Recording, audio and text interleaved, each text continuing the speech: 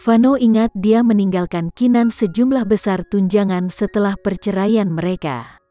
Jumlah itu seharusnya lebih dari cukup baginya untuk menjalani sisa hidupnya dalam kemewahan. Jadi mengapa dia menemukannya dalam situasi seperti itu? Pertanyaan ini telah menyumbat pikirannya sejak Vano meninggalkan rumah sakit. "Vano, apa yang ada di pikiranmu?" Elena bertanya dengan rasa ingin tahu, yang dijawab dengan datar oleh Vano, "Aku tidak memikirkan apa-apa." "Kamu sedang memikirkan Kinan, bukan?" Elena menghela nafas. "Bahkan aku tidak percaya itu adalah Kinan yang sama yang kita lihat di sana. Mengapa dia memilih untuk hidup seperti ini ketika dia memiliki sumber daya untuk kehidupan yang lebih baik? Mengapa dia begitu keras kepala?" Keras kepala, begitulah gambaran Vano terhadap Kinan. Terkadang padat bisa menjadi lucu, tetapi Kinan memiliki kombinasi mematikan antara padat dan keras kepala. Karena itu, masalah cenderung mengikuti wanita dan orang-orang di sekitarnya. Bahkan, pernikahan mereka bisa dikatakan hancur karena kekeras-kepalaan dan ketegarannya. Namun, Vano tidak berharap Kinan cukup bodoh untuk tidak bisa merawat dirinya sendiri bahkan dengan tunjangan besar yang dia berikan padanya. Sederhananya, pertemuannya dengan Kinan hari itu telah meninggalkan dampak yang besar padanya. Vano tenggelam dalam pikirannya sehingga dia tidak menjawab pertanyaan Elena. Tak lama, mobil tiba di restoran. Kedua keluarga mereka sudah ada di sana. Karena makan malam itu untuk membahas pernikahan mereka yang akan datang, para hadirin termasuk kedua orang tua mereka serta putranya, Farel Dirgantara.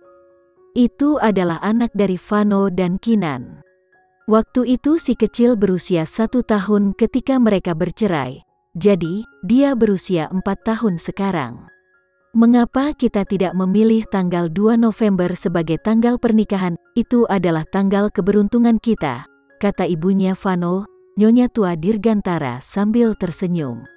Ibunya Elena mengangguk senang, menambahkan, "Ini tentu saja dimaksudkan karena aku akan menyarankan hari itu juga." "Vano, Elena, apakah kalian berdua setuju dengan tanggalnya?"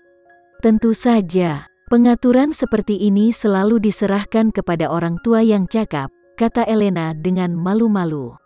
"Aku setuju saja dengan tanggal apapun." Vano mengangkat bahu. "Kalau begitu, tanggalnya sudah ditentukan. Kita bisa fokus sepenuhnya pada persiapan pernikahan sekarang. Elena, Tuhan masih baik kepadaku karena kamu akhirnya akan menjadi menantuku," kata Nyonya tua Dirgantara dengan gembira saat tangannya menggenggam tangan Elena. Keduanya tersenyum gembira. Elena praktis tumbuh di depannya. Dia sangat menyukai kepribadian, karakter, dan kemampuan Elena. Nyonya tua Dirgantara telah membujuk Vano untuk membawa Elena ke dalam keluarga Dirgantara, dan akhirnya keinginannya akan terkabul. Ada wanita lain di meja yang keinginannya akan menjadi kenyataan dan itu adalah Elena. Akhirnya, Vano berada dalam genggamannya. Pria itu akhirnya akan menjadi miliknya. Saat itu, gelas jus yang dipegang Farel di tangannya jatuh dan pecah. Dia juga entah bagaimana berhasil menyiram ke mejanya dengan jus. "Farel, kamu harus lebih berhati-hati," tegur Nyonya tua Dirgantara dengan ringan.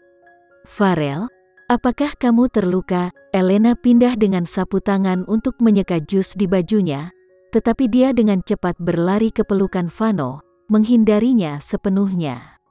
Tangan Elena menggantung dengan canggung di udara. "Aku akan membersihkannya," kata Vano sambil menggendong putranya ke kamar mandi.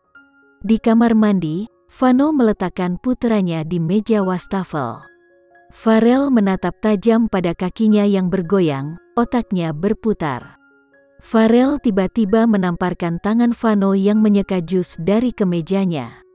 "Apa yang salah?" Vano berkata dengan lembut sambil menatap putranya. "Kamu bertingkah sejak makan malam dimulai. Apakah ada sesuatu yang mengganggumu?" Farel menundukkan kepalanya tanpa berkata-kata. Ketika Vano mengangkat wajah putranya, dia melihat sepasang mata yang menatap ke arahnya. Vano mengerutkan kening dan bertanya, "Farel, katakan pada papa ada apa?" "Aku tidak suka Bibi Elena," jawab putranya langsung. Dia segera memahami pikiran putranya. "Kamu tidak ingin papa menikahinya?" Bocah itu terdiam, jadi Vano menganggap itu sebagai ya. "Kenapa kamu tidak menyukainya?" Vano melanjutkan pertanyaannya. "Dia sangat baik padamu, bukan?" Salah satu alasan Vano menyetujui pernikahan itu adalah karena dia telah melihat betapa baiknya Elena memperlakukan Farel. Dia tidak keberatan dengan siapa dia menikah, tetapi jika dia harus menikahinya, dia mungkin juga menemukan satu yang bisa menjadi ibu tiri yang baik untuk anaknya, Farel. Elena adalah kandidat terbaik karena seluruh keluarganya menyetujuinya dan dia baik kepada Farel. Oleh karena itu, mengejutkan bagi putranya untuk mengungkapkan bahwa dia tidak menyukai tunangannya. "Bibi Elena baik padaku karena aku anak papa.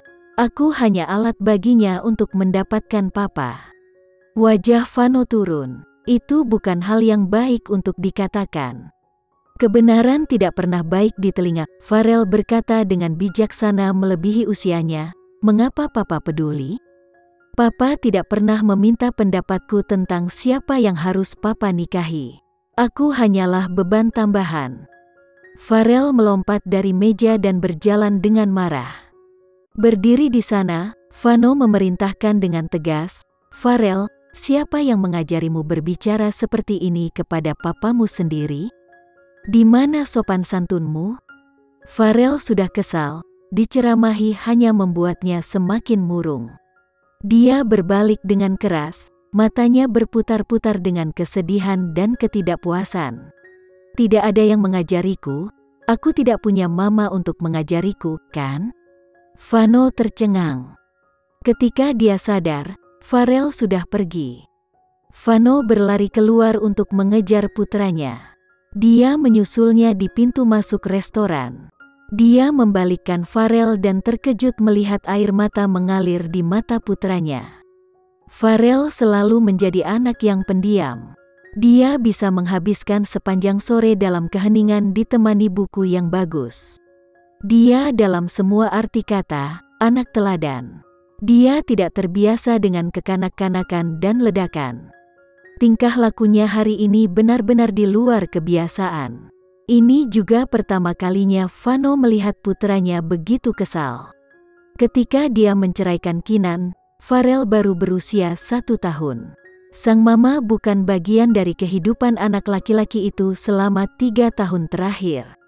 Vano berpikir ini berarti bahwa Farel telah terbiasa dibesarkan tanpa kehadiran Kinan, tetapi dia tidak menyadari bahwa putranya hanya menyembunyikan emosinya jauh di lubuk hati. Melihat putranya, Vano tidak punya selera untuk melanjutkan makan malam lagi. Setelah panggilan telepon singkat ke ibunya, dia membawa pulang Farel. Di dalam mobil, Farel menatap pemandangan di luar jendela. Sosoknya yang kecil berbicara tentang kesepian dan kesedihan. Vano duduk di sampingnya diam-diam. Ketika mereka melewati rumah sakit, pikirannya pergi ke Kinan. Dia bertanya-tanya apakah Kinan sudah bangun. Vano tidak bisa tidak diingatkan tentang situasinya saat ini. Vano yakin Farel tidak tega melihat mama kandungnya seperti itu. Vano memutuskan untuk sementara tidak membiarkan mereka berdua bertemu untuk menyelamatkan Farel dari kesedihan. Ketika mereka tiba di Arta Gading Villa, rumah mereka, Farel sudah tertidur. Vano membawa putranya ke ruang tamu mereka ketika ponselnya berdering. "Pak, izinkan saya menggendong tuan muda," kata pelayan mereka, Bibi Nilam. Setelah dengan hati-hati menyerahkan Farel padanya, Vano mengeluarkan teleponnya. Itu adalah nomor yang tidak dikenal. "Halo," dia mulai dan dengan cepat menyadari itu dari rumah sakit. "Apakah ini Tuan Vano Dirgantara? Ini dari rumah sakit pertama." "Iya," Vano berbicara. "Ada yang bisa saya bantu?" Vano bertanya meskipun dia yakin itu semua ada hubungannya dengan Kinan.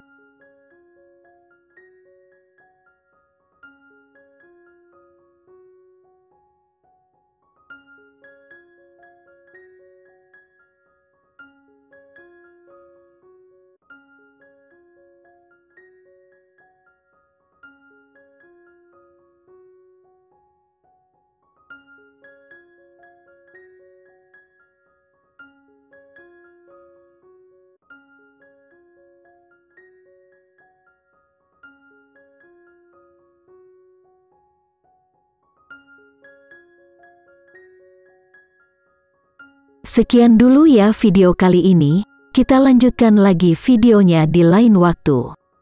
Oh iya, bagaimana menurut kalian? Semoga bisa sedikit menghibur kalian semua. Untuk teman-teman yang baru nonton, jangan lupa subscribe ya, hehehe. Dan kalau teman-teman ada yang ingin gabung langganan, bisa langsung gabung saja untuk dapat fitur yang menarik dan sedikit membantu Mimin. Terima kasih banyak sudah menonton, sampai jumpa lagi, bye.